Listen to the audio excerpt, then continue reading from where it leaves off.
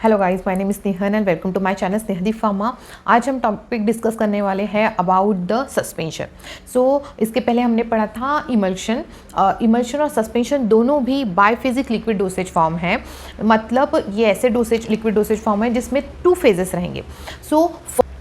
जैसे इमल्शन में 2 फेजेस थे तो 1 इज़ अ सॉलिड। जैसे मैंने सपोज हम इमल्शन की बात कर रहे हैं, ओके, तो फर्स्ट फेज जो था वो था liquid, okay, and second phase भी था लिक्विड। मतलब आप क्या कर रहे थे, कोई कंटेनर आपने लिया है जिसमें आपने जो डालने वाले वो लिक्विड, ये भी लिक्विड था और ये भी लिक्विड था, ओके।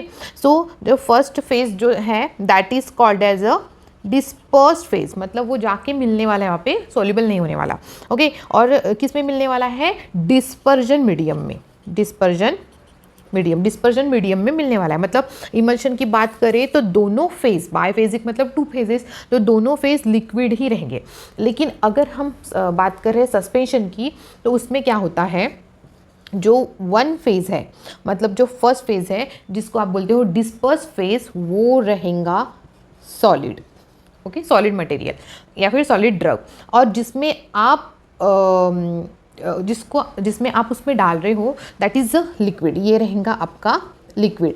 दैट मीन्स आपका जो सस्पेंशन है वो सॉलिड आपका डिस्पर्स मीडियम रहेगा और आप किस में डालोगे? लिक्विड में डालोगे।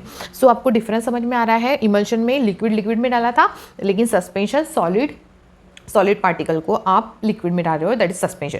अब जब ये जब एक दूसरे के साथ मिलेंगे तो ये सोल्यूबल नहीं होंगे, ये बस ओनली डिस्पर्स रहेंगे। मतलब अगर इसमें सॉलिड डालते हो आप तो ये जो पार्टिकल्स हैं वो इसमें आ जाएंगे। इसलिए सस्पेंशन जब भी आपको डॉक्टर के पास आप जाते हो और अगर सस्पेंशन आपको रिकमेंडेड किया जाता है तो सस्पेंशन को हमेशा आपको शेक बिफोर यूज़ करना चाहिए।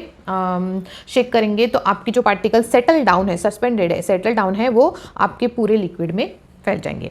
सो आप इसको डिफाइन कर सकते हो, the suspension is biphasic liquid dosage form. ये तो आपको पता चल गया कि ये बायफेजिक लिक्विड डोसेज फॉर्म है in which the disperse phase is solid and dispersion medium is liquid. So वो इसलिए बनाया जाता है ताकि आपके ड्रग की बायो अवेलेबिलिटी बढ़ जाए। बायो अवेलेबिलिटी मतलब होता है कि अगर आपने 100 mg ड्रग लिया है, ओके, 100 mg लिया है, लेकिन आपके ब्लड तक जाने तक वो मे बी 50 mg जाए, 50 mg, तो 50 mg जाए, ये 50 mg अगर वो जाता है आपके ब्लड में, मतलब ये 50% कम हो गया। तो ऐसा नहीं होना चाहिए। ये एटलीस्ट आप 100 अगर दे रहे हो तो ये एटलीस्ट 80 mg तो भी आपके ब्लड में जाना चाहिए। सो आप जब ये सस्पेंशन फॉर्म में देते हो, जब देते हो तो उसकी बायो अवेलेबिलिटी बढ़ सकती है, ज़्यादा हो सकती है। ये इसका एडवांटेज है सस्पेंशन बनाने का। लेकिन इसमें थोड़ा सा एक डिसएडवांटेज भी है कि अगर आपने वो पार्टिकल को सस्पेंशन को प्रॉपरली शेक नहीं किया तो may be particle settle down हो जाएंगे और वो प्रॉपर जब उसको आप मेजरिंग कप में लेते हो तो प्रॉपरली मॉलिक्यूल्स नहीं आएंगे या फिर पार्टिकल्स नहीं आएंगे। जैसे मैंने एक मेजरिंग कप लिया, ठीक है, जैसे ये मेरी बॉटल है, इसको मैंने शेक नहीं किया तो आपकी जो पार्टिकल्स हैं ड्रग के वो नीचे ही रहेंगे।